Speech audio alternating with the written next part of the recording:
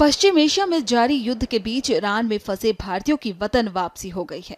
Iran में पढ़ाई कर रहे 70 से ज्यादा भारतीय छात्र और कुछ तीर्थयात्री सुरक्षित रूप से भारत लौट आए हैं। रविवार सुबह जब उनकी फ्लाइट नई दिल्ली के इंदिरा गांधी अंतर्राष्ट्रीय हवाई अड्डे पर उतरी तो लंबे तनावपूर्ण सफर के बाद उनके चेहरों पर राहत और मुस्कान साफ दिखाई दी। इन छात्रों और यात्रियों को ईरान में जारी युद्ध की स्थिति के बीच सुरक्षित निकालकर आर्मेनिया और दुबई के रास्ते भारत लाया गया है। अधिकांश छात्र जम्मू कश्मीर के रहने वाले हैं, जो ईरान के विभिन्न विश्वविद्यालयों में पढ़ाई कर रहे थे और युद्ध के कारण वहां फंस गए थे। जैसा कि आपको पता है कि ईरान में गुज़श्ता 2 हफ्तों से किस तरह की स्थिति बनी हुई है, जो दोनों मुल्कों के दरमियान जो वार की स्थिति बनी हुई है ईरान और इसराइल के बीच में।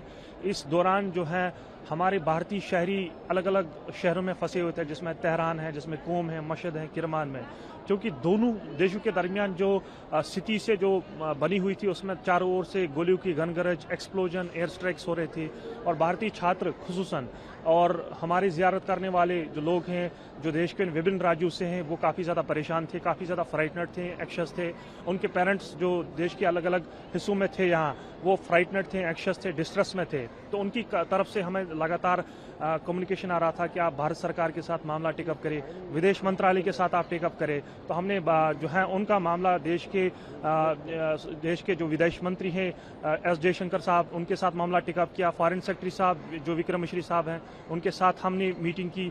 और जो पाई डिवीजन है, Pakistan, Afghanistan, Iran division specific जो इस इशू के लिए इस एरिया को देखता है, उनके साथ हम, उनके आला अधिकारी के साथ हम गुज़श्ता 2 हफ्तों से कोऑर्डिनेट कर रहे थे। लगातार हम उनसे रिक्वेस्ट कर रहे थे कि आप एटलीस्ट रिलोकेशन का प्रोसेस शुरू करें जब तक भारत सरकार फुल फ्लेजेड एक इवैक्यूएशन ऑपरेशन अपने छात्रों को जो है इवैक्यूएट करने के लिए चलाएगी। तो भारत सरकार ने पहले स्टूडेंट्स को रिलोकेट सेफर जगहों तक किया, जिसमें तेहरान है, जिसमें आर्मेनिया है, या जिसमें आर्मेनिया बॉर्डर के आसपास है, या जिसमें अजरबैजान बॉर्डर है, उसके आसपास पहले स्टूडेंट्स को रिलोकेट किया गया ताकि उनको सेफ वहां पहुंचाया जाए। तो उसके बाद आज पहला इवैक्यूएशन ऑपरेशन लॉन्च किया गया, जिस इवैक्यूएशन ऑपरेशन में 70 के आसपास स्टूडेंट जो है भारत वापस लौट रहे हैं Indira Gandhi national airport terminal 3 पे।